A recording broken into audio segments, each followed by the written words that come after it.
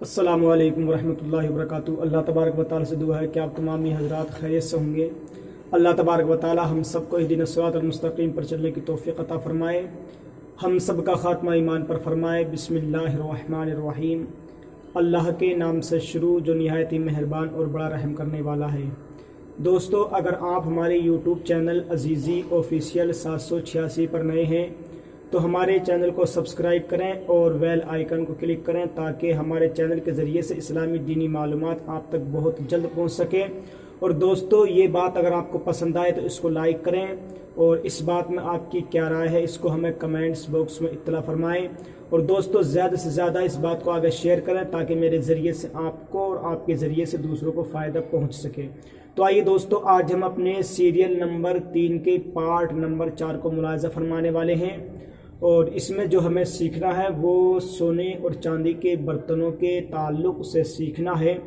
हमने अपने पिछले पार्ट में ये बताया था कि सोने और चांदी के बर्तन इस्तेमाल करना नाजायज़ है बिल इत्तेफाक, मर्द हो या औरत हो तमाम के लिए। लेकिन आइए आज हम वो ज़िक्र करने वाले हैं कि मिसाल के तौर पर बर्तन तो किसी और चीज़ के होते हैं लेकिन उन पर सोने और चांदी के ज़रिए से कुछ न कुछ नक्शो निगार करा लिया जाता है, फूल पत्ती बनवा ली जाती है। तो उन बर्तनों का इस्तेमाल करना कैसा है, आज हम इस मसले को मुलाहिज़ा फरमाएंगे। इस मसले को हमें सीखना है। तो आइए इस मसले को हम शुरू करते हैं। और इस मसले को सदरुश शरिया मौलाना अमजद अली आज़मी रज़वी अलैहिर्रहमा ने इस मसले को अख़ज़ किया है दुर्रे मुख्तार से। हम इस मसले को बयान कर रहे हैं। सिमात फरमाएँ। मसला, जिस बर्तन में सोने और चांदी का काम बना हुआ है उसका इस्तेमाल करना जायज़ है। मिसाल के तौर पर ये एक प्लेट है, एक बर्तन है। अब ये बर्तन किसी भी चीज़ का है लेकिन सोने और चांदी का नहीं है। इसमें मसला यह है कि जिस बर्तन में सोने या चांदी का काम बना हुआ है तो उसका इस्तेमाल जायज़ है। मिसाल के तौर पर प्लेट में हम खाना खाते हैं तो अगर सोने और चांदी के ज़रिए से यहाँ पर पत्ती बनवा ली या फूल बनवा लिए जगह जगह तो इसका इस्तेमाल करना जायज़ है। क्यों? क्योंकि ये सोने चांदी की प्लेट नहीं है। सिर्फ सोने चांदी के ज़रिए से अगर उस पर काम बना हुआ हो, हमने फूल पत्ती बनवा ली तो उस बर्तन का इस्तेमाल करना जायज़ है। जबकि इस शर्त के साथ जबकि मौज़े इस्तेमाल में सोने और चांदी ना हो। मौज़े इस्तेमाल में इसका मतलब ये है कि जिस जगह से हम खाते हैं कहीं से भी खा सकते हैं हम, प्लेट के किसी भी हिस्से से। तो प्लेट का जो इस्तेमाल होता है बर्तनों का वो खाना खाने के लिए इस्तेमाल होता है। तो इस्तेमाल की जगह पर सोने और चांदी से कोई काम बना हुआ ना हो। ऊपर से हम कहीं से भी खा सकते हैं, यहाँ से इधर से इधर से इधर से, तो यहाँ पर जायज़ नहीं है। साइटों में फूल पत्ती बनवा सकते हैं, नीचे बनवा सकते हैं।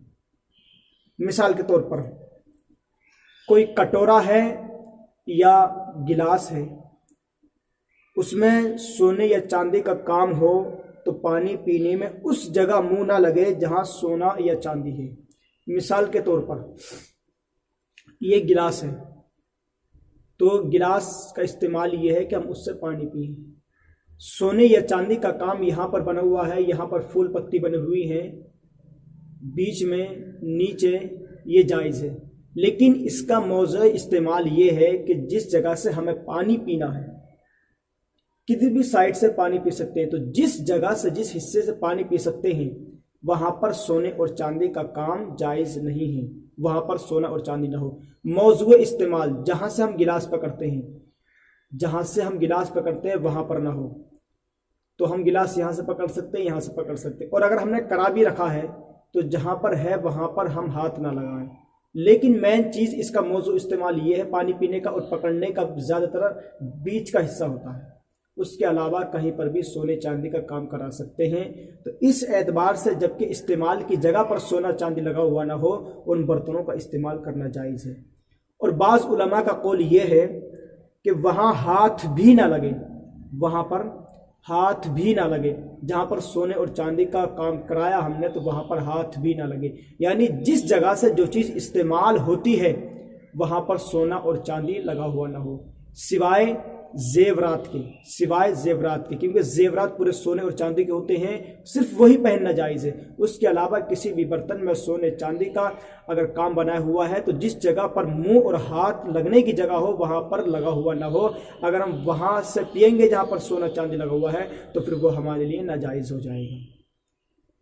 اب آئیے اس میں ایک مسئلہ اور ملاحظہ فرمائے، اور مثال کے طور پر چھڑی ہوتی ہے، چھڑی کی جو موٹھ ہوتی ہے، موٹھ جس کو ہم دستہ بولتے ہیں، سونے چاندی کی ہو تو اس کا استعمال ناجائز ہے۔ مثال کے طور پر یہ چھری ہے، چھری کی موٹھ سونے اور چاندی کی ہو تو اس کا استعمال ناجائز ہے۔ مثال کے طور پر یہاں تک اتنی یہ چھری ہو گئی اور یہ جو سفید حصہ یہ اس کا موٹھ ہو گیا، تو یہاں پر اگر سونے اور چاندی کا کام بنا ہوا ہے، یہاں سے ہم پکڑیں گے اس کو تو یہ ہمارے لیے ناجائز ہو جائے گا، کیونکہ اس کے چھری کا استعمال کا جو طریقہ ہے وہ یہی ہے کہ آدمی یہیں سے پکڑ کے چھری سے کوئی بھی چیز کاٹتا ہے، بنا پکڑے کوئی چیز چھری سے نہیں کٹتی ہے، کیونکہ ہاتھ بھی یہیں پر رکھے گا۔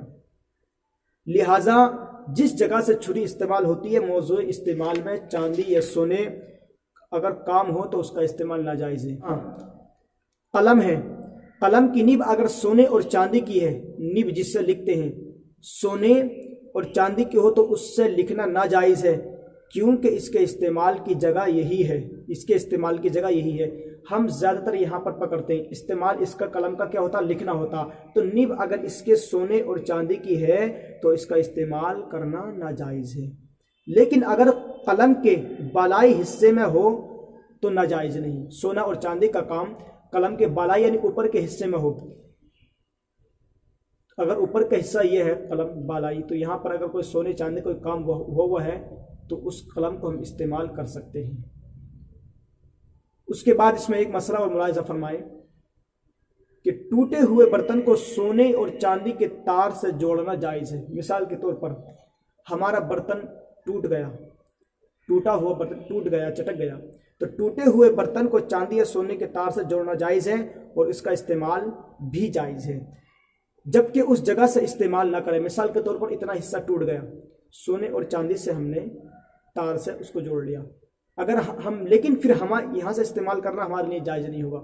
حدیث شریف میں ہے کہ حضور اقدس صلی اللہ تعالیٰ علیہ وسلم کا لکڑی کا پیالہ تھا، وہ ٹوٹ گیا تو چاندی کے تار سے جوڑا گیا، اور وہ پیالہ حضرت انس رضی اللہ تعالیٰ عنہ کے پاس تھا۔ پیالہ ٹوٹ جائے سونے اور چاندی کے تار سے ہم اس کو جوڑ سکتے ہیں، لیکن پھر اس کے بعد اس جگہ سے ہم استعمال نہیں کر سکتے۔